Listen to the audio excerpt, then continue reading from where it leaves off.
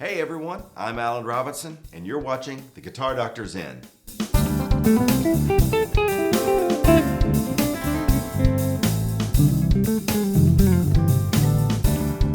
Welcome to episode 3 of the show, and I'm so excited about today's topic. It's one of my favorite topics to discuss with my students. It's called modal fragments. Modal fragments is a term that I use to break down a mode into either a single string or two string group. In today's case, we're going to use a two string group, and I'm going to go ahead and show you all the modal fragments in the key of G major on string set 4 and 3. That's the strings that I chose to isolate for this particular show and these particular exercises. But these could be used on multiple string sets like string set 6-5, 5-4, 4-3, 3-2, 2-1. You get the idea. And these will help progress your knowledge across the fretboard in a much quicker manner than staying in position sometimes. It's really important to learn to play in position because there's a lot of things that aids that this will not always aid at the same rate, such as being able to read on the instrument, knowing how to play things within one position, one key, knowing all 12 keys within one position. All of those are very important factors. But what I found out over my career is that by breaking it down to these smaller fragments, modal fragments, that I can expand the territory on the fretboard that I can cover. I break it into smaller chunks, meaning I can learn the notes on the fretboard quicker, and it allows me to build speed and technique that I could not otherwise achieve by playing in position, because it allows me to navigate the fretboard in a linear fashion much quicker. And I'm going to use string set 4 and 3, so the D string and the G string, to do this first exercise. Not really an exercise. I guess it's simply an explanation. So I'm going to start with the lowest modal fragment available to me on that string set without using open strings. One bit of information that you do have to kind of know is the order of the modes. So regardless of the key, it doesn't matter. 1 through 7 of the key would be Ionian, Dorian, Phrygian, Lydian, Mixolydian, Aeolian, and Locrian as the 7th degree. Starting with the lowest one, E, in the key of G. The E is my 6th chord, so therefore it's going to be the Aeolian mode. Here is the shape, and these are all on the PDF for the modal fragments. Next one would be the 7th chord, which would be Locrian. Then we're to the 1 chord, Ionian. The 2 chord, Dorian. The 3 chord, Phrygian, the 4 chord, Lydian, the 5 chord, Mixolydian, and we're back to 6, which is Aeolian. The great thing I believe these modal fragments will assist you in, like I said in the beginning, is to have a linear flow on the fretboard and to be able to discover more fretboard territory quicker as a result. And it's all because the fingerings do not have to change, nor does my picking technique. But if I were to take, let's say this Locrian, that figure, that modal fragment, anywhere I start from the 7th degree of any key, but in this case from F sharp, anywhere I start, the fingering's still going to be the same, which is a 1-2-4, 1-2-4 fingering. So if I go to F sharp here at the 7th fret on the B string, notice the fingering didn't change. What if I go to the 2nd fret F sharp on the low E string? Didn't change. I could go anywhere. 5th string. I can go to the G string. Now my pattern did shift up a little bit because the B string's tuned in 3rds instead of 4ths. But again, like I've said in other videos, this is kind of like an illusion. Don't let that B string throw you off. Just simply realize it moves up, but the pattern has not changed. So the modal fragment that I'm going to use for today's lesson is going to be the Ionian fragment, in this case G, starting from the 5th fret of the 4th string. So let's begin there.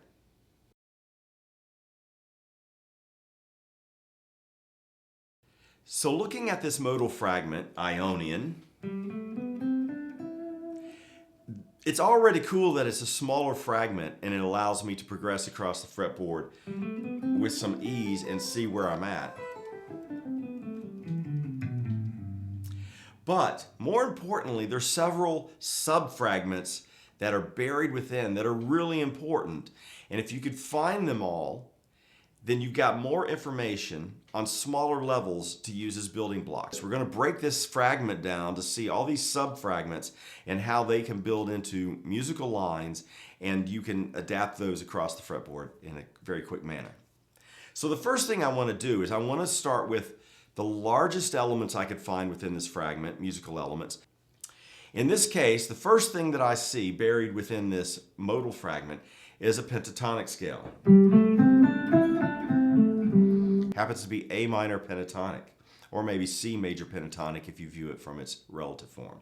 The second items that I find buried within this fragment are seventh chord arpeggios. For example, A minor 7 starting from the 7th degree, which is playing A minor 7th from 3rd inversion. I can also see C major 7. And C major 7 is starting from the 5th degree, so it's like playing out a 2nd inversion. So now let's go to the next largest item, which are triads. So buried within this modal fragment, I find a G major triad and an A minor triad. It's also important to note, because this is common thread throughout all of the fragments, that the two triads, and you will find two triads in every fragment, the two triads are side by side in the key. G major, A minor. If I went to the next fragment, it would be A minor and B minor. Okay, so now I've got two triads. Now let's look at another small scale item, but very important, intervals. So within this fragment, I'm going to start with the smallest intervals and move to the largest intervals. In this case, let's start with seconds. I have one minor second, and that'd be from B to C. But I have four major seconds: G to A to B, C to D, and D to E. So that's a total of 5 different seconds.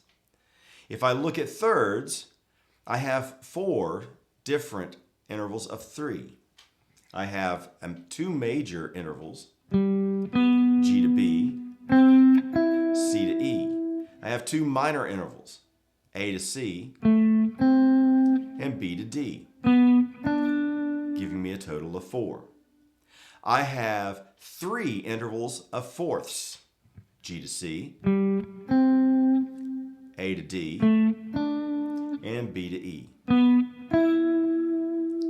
I have 2 intervals of fifths, G to D, and A to E. I have 1 interval of a sixth, G to E, and I have no intervals of sevenths. Now that we have those intervals in play, I'm going to show you 3 other elements that are here. It's really one element, one tool, but there's 3 ways of playing it. And that's called an enclosure. If A is my target note, then I'm going to play a scale tone above, in this case B, a scale tone below it, G, and resolve to the target, A, giving me an enclosure. This is what we call a diatonic enclosure, because there's different types of enclosures, or at least one different one, a chromatic enclosure. So I have 3 different diatonic enclosures embedded within this modal fragment. I have the one I just played, targeting A. Then I have D as a target. Notice it's the same shape. Then the third one utilizes 2 strings. The target will be the note B, and I'll use the note above it, C, from the second string of the group, come below it to A, and get my target. All of these targets, even though I've played them in this pattern of above, below, and then the target, can be played in the inverse as well. So that's two different ways of expressing this diatonic enclosure for the same target. So when we look at what we've just unraveled, we've actually got 23 different subfragments within the one modal fragment. So now let's just take a couple of those ideas that we found, those subfragments, and hear how they change depending upon the chord we're playing over, because every one of them will have a different impact to the sound because the way they function on the chord. And what I mean is, let's take enclosures, for example. If I just take the one enclosure that I started with, around the note A, and if I were to apply that to different functions, if the A had to function as the root, or the third, or the fifth, seventh, ninth, 11th, or 13th of a chord, it's going to have a different sound about it. So let's listen to a few of those to see what I'm talking about. Let's put A as the root first. If I do so, that means I'm going to have an A minor 7 chord.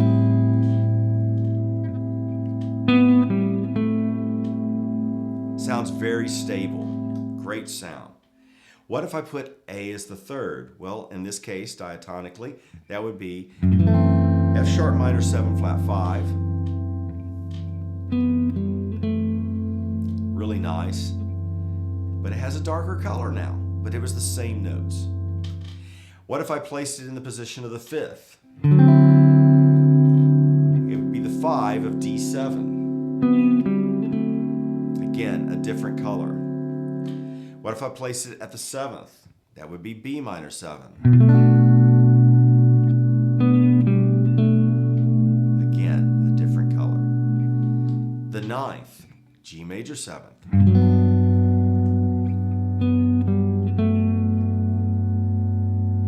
The 11th, E minor 7.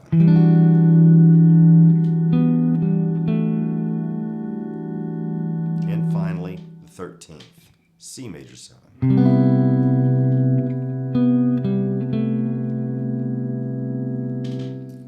Notice I was able to use the exact same enclosure for all 7 chords of the key, putting it in a different area that it functioned, therefore changing the sound. So it's really important that you recognize that once you learn one device, even one modal fragment, that the implications that it's going to achieve through the harmony, depending on that chord that it's playing on, are going to result in different colors or sounds, however you want to look at the terminology for that. But it's going to always give you the opportunity to multitask one item that you've learned on the fretboard. And by being able to superimpose that over different chords and move it around quicker because of the facilitation that you can achieve through these fragments, that's some powerful information.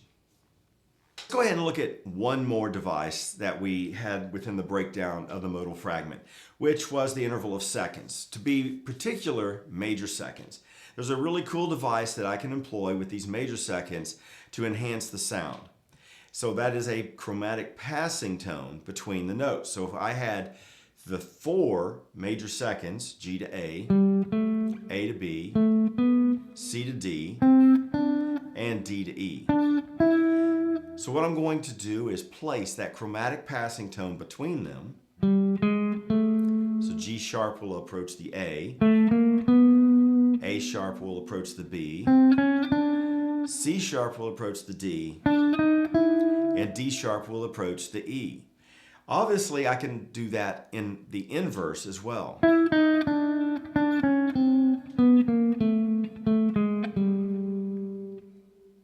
When we listen to those over chords, again, they're going to have a different implication depending on the chord they're playing over, the harmonic situation, and the colors that they create in doing so. I'll just do a couple of examples of that while I'm here. So let's start with that A minor 7. Sounds pretty good.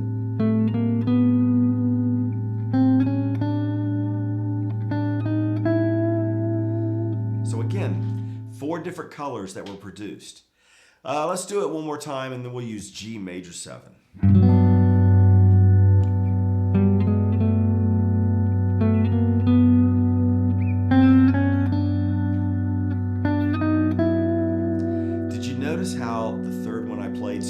C.